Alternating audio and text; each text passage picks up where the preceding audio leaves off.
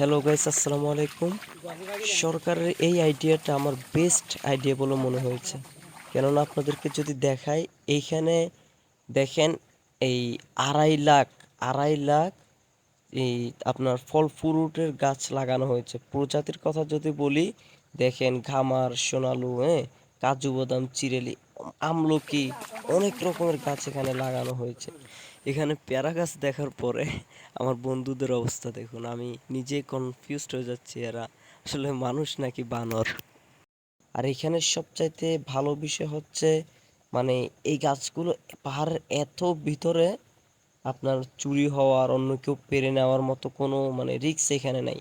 এখানে আপনার এক্সট্রা দারোয়ান বা কোনো কিছুই দিতে হবে না, রাখতে হবে না, মানে রাখার প্রয়োজন নাই।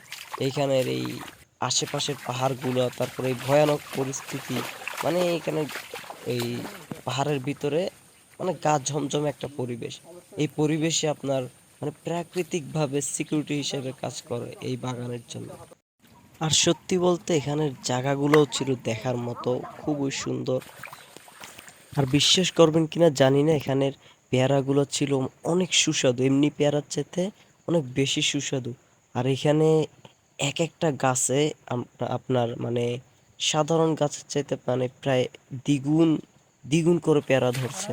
এখানে আমার মনে হয় পাহাড়ে এগুলো হওয়ার কারণে, পাহাড়ের প্রাকৃতিকভাবে মানে এগুলো এমনি সাধারণ গাছের চাইতে প্রচুর ভালো স্বাদ দিচ্ছে এবং প্রচুর প্রচুর পরিমাণ ফল উৎপাদন হচ্ছে।